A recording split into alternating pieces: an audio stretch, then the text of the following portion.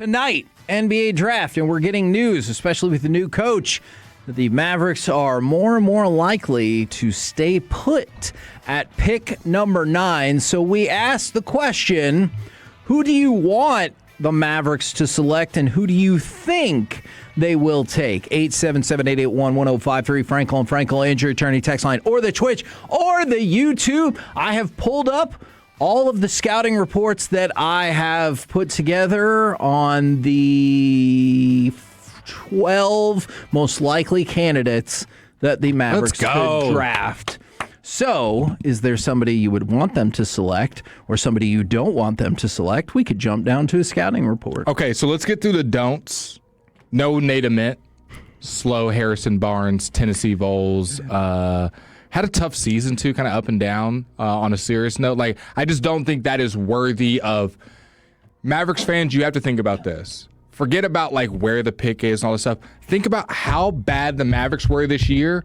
The only reason you're that bad, the reward for that, in this new, in this old lottery system, I think this is the last year of this, right? Before we moved Correct. In this old lottery system, the reward for how bad you were this year is a good player.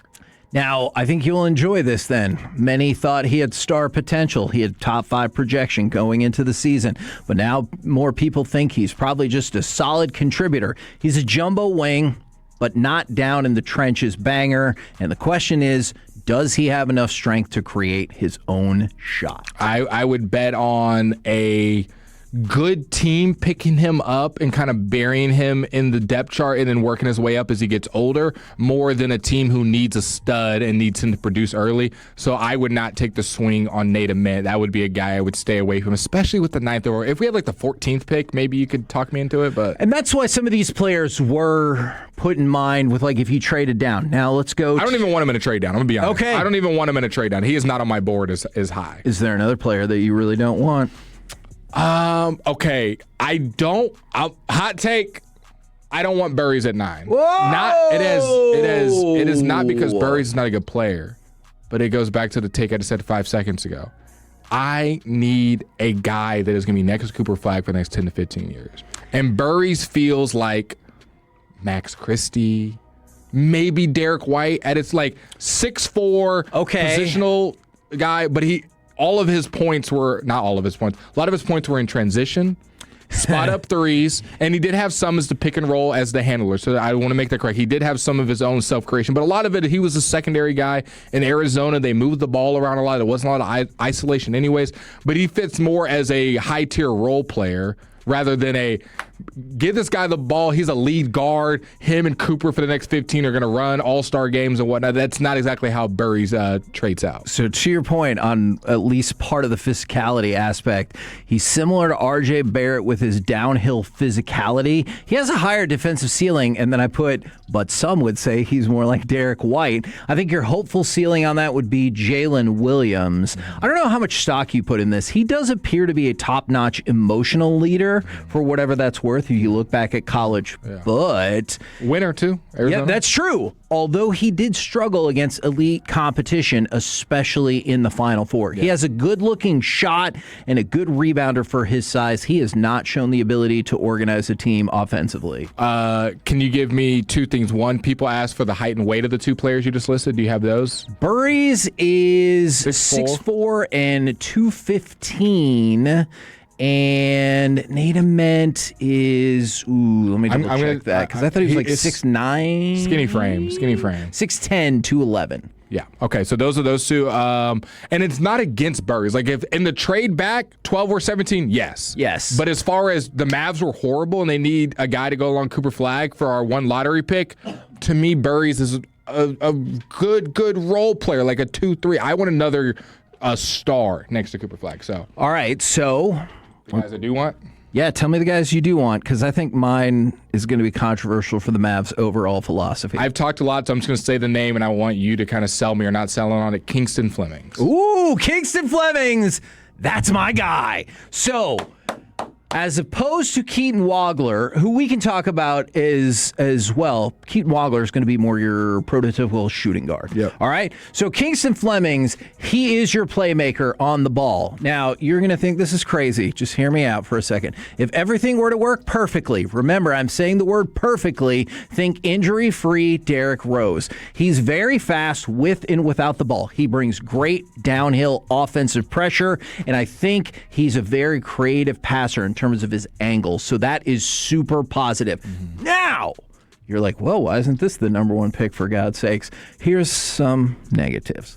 Folks have questioned his jump shot. Yeah. First of all, he has an unconventional release, and probably the worst part about that, he has a low arc on his shot. And oh yeah, for people that want to know, he's 6'3", 183. That's going to come up again in just a second. But he has a low arc on his shot, which has the potential to be problematic. He focuses a lot on the mid-range, and that does not seem to be the way, with the exception of like DeMar DeRozan, that the NBA wants to move. And that definitely doesn't feel like the way the Mavericks want to move. He is not a prolific three-point shooter whatsoever. And you could make the argument he relies too much on his athleticism. It's whether he becomes a big deal or not is going to depend on the progression of his jump shot. 38.7% from three, although that's on less than 3 attempts per game. And see, I was thinking less about the percentage, more about the attempts. Yeah, he only takes about 3 a game. And we know what the NBA is. Everybody watches it. It's a lot of threes. The Mavs were a bottom 5 team at getting 3-point attempts up and percentage last year. So that's kind of my drawback of like, if we bring you in, we're going to need more than 3 a game. Maybe not your rookie year, but I'm saying like overall, we can't be having 2 a game from you, 2 from Cooper. We don't have Clay on the team, none from Lively. We're shooting 4 threes a game as a team. In the NCAA tournament, in 3 games, he shot 4 total 3-pointers. Yeah. So if that's what you want, this is probably not your guy. But I know one of the people you really like. Let's get to him. Mr. Acuff. I'm going to keep it short and simple. I think he's the best offensive player in this class, him and Peterson. I just think he is going to be the best overall player. He is not good on defense. I talked about it yesterday. Neither is Jalen Brunson. Neither is Luka. SGA is overrated on defense. You can get past a bad defending point guard. Kyrie Irving wasn't great at defense coming out of college last time I checked. I think Darius Acuff is going to be a 25 and 10 guy a night. I think he's going to be a future superstar in this league. Where does he play on this team now? Acuff now? Because he's too small to consistently be your 2, right? At that point, I love Kyrie. I love him. But at that point, if you have Acuff and he's what you think in the camp and you play a couple of situations, I think you could look moving off of him. Okay, because that was the thing with like, if we go back to Wagler, I think would fit perfectly next to Kyrie. Correct. Whereas Acuff and Flemings, these are essentially your Kyrie replacements. Correct. But I want to throw out an old school maybe comp the bench for a season. I don't know. I don't know. Or you can run some small guard lineups. I don't know how many minutes per game you get out of your small guard lineup. We see the whole, Cason Wallace, Caruso, SJ. Now those guys are 6'5", 6'6". I'm aware, but I'm saying you see it in the NBA where you go small. Derek White and Pritchard on the court at the same time. I think he's got some similarity offensively to Tim Hardaway Sr. Mm-hmm. So I know we're taking it like a little back to the Run DMC, but I think that Tim Hardaway Sr. has got some offensive comp there. I love the Kyrie-esque style difficult shot making. I will tell you this. You'll easily have 2 of the best difficult shot makers with their weird angles and everything like that in the NBA. He's got a great handle, deep range. He wants the ball late in games. That's another thing I want to add on there. Some people you'll be like, oh, are they a shrinking violet or whatever you want to say? He wants the ball late in the game. He has most of everything you would want offensively in a player. And tell me if you think this is fair. Doesn't appear to give a damn about defense most of the time. Yet. I think that's fair. Yet. I think he can be better defensively because right now he's turnstile, man. He can be better defensively, and I talked about this with Fred on the phone when we were talking about draft prospects the other day. None of the players in this draft are great defensively coming out. There's some players that are good and like better than their counterparts, but there's nobody in this top 10 that were like, man, this guy's Gary Payton on defense. This guy's Kawhi Leonard. It's like, oh, he's 19, 20 years old. I hope the defender he was in college is not what he's going to be in the NBA. I hope all these guys are going to get better. And none of these guys have this surmountable, better defense. They are better than Acuff, but not surmountable amount. Where on the flip, his offense is a surmountable jump from a Michael Brown, from a Kingston Flemings. I mean, he was lighting it up. What was his averages for the season? For Darius Miles? For Acuff, yeah. Oh, well, I'm sorry, Acuff. I don't know why I said that because it's Darius. Yeah, Darius Miles is a person. 23.5 points per game. Also 6.4 assists per game.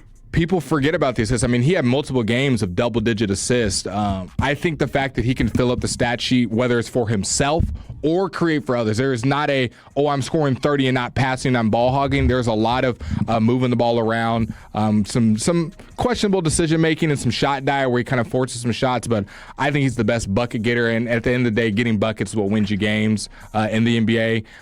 So I think Darius Acuff is I'm planting my flag, my Cooper flag. So somebody said, who's got the most star potential at 9? I want to run you through this real quick and see if you're going to make a move. Talk to me. So the betting odds are very much right now in favor of DeMonte at 1. They have shifted now back to Peterson at 2, Boozer at 3, Caleb Wilson at 4, and Keaton Wagler has kind of been entrenched at that 5 position for a minute. Okay, cool. Then at 6 and 7, it goes back and forth between Darius Acuff and Michael Brown. It feels like those will be the 2 players taken. By either team. Yeah, but in what order? Let's say it's Michael Brown. Yeah. Now Darius Acuff is there at 7. I'm You're calling. at 9. I'm calling. You want to make a move? I'm calling. Okay. I'm not giving up a bunch. Let me make it clear. I'm not mortgaging the future. I'm not doing the Jaylen Brown package of giving everything. You're moving up 2 spots. Right. I'll give you Clay and 9, if you'll do it. Yeah, and you'll probably have to take back your own questionable contract. I'll give you. Hold on. Pause. Talk to me. Sorry.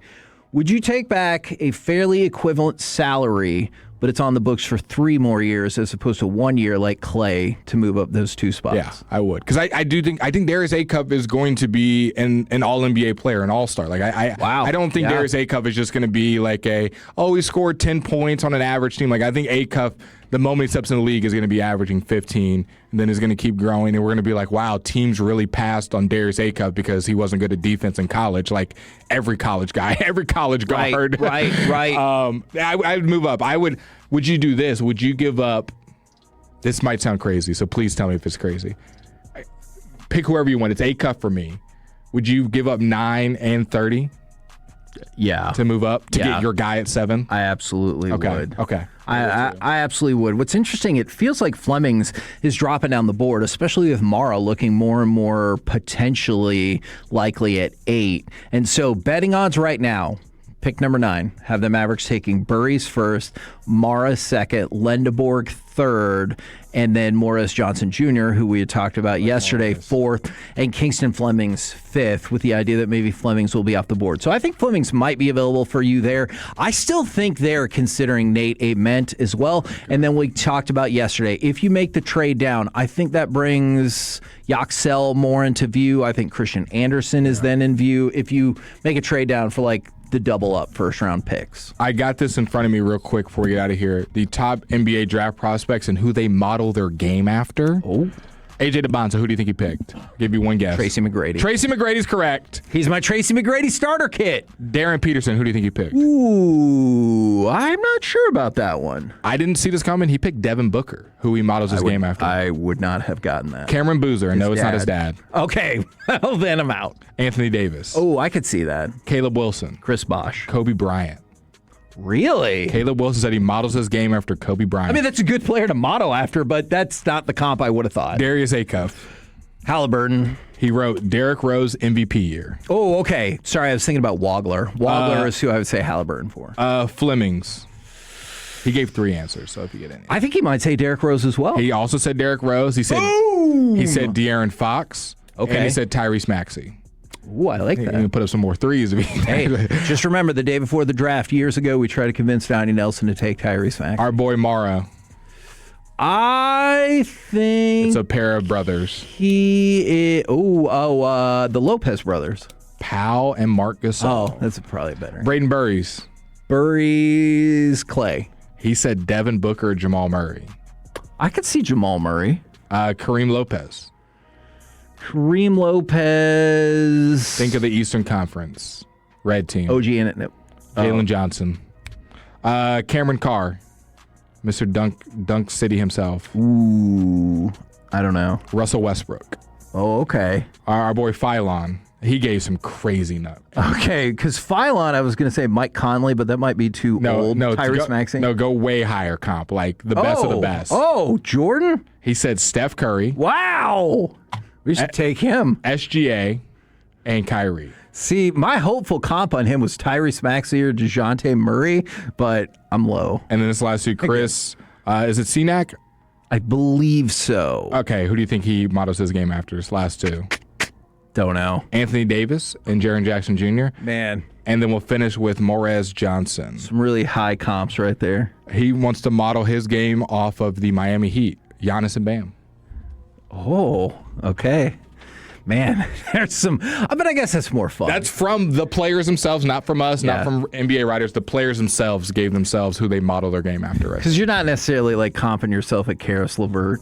No. Which is, that's quality. Yeah. I'm trying to play like Tobias Harris. Okay, yeah. But I could see how that's a little bit less fun.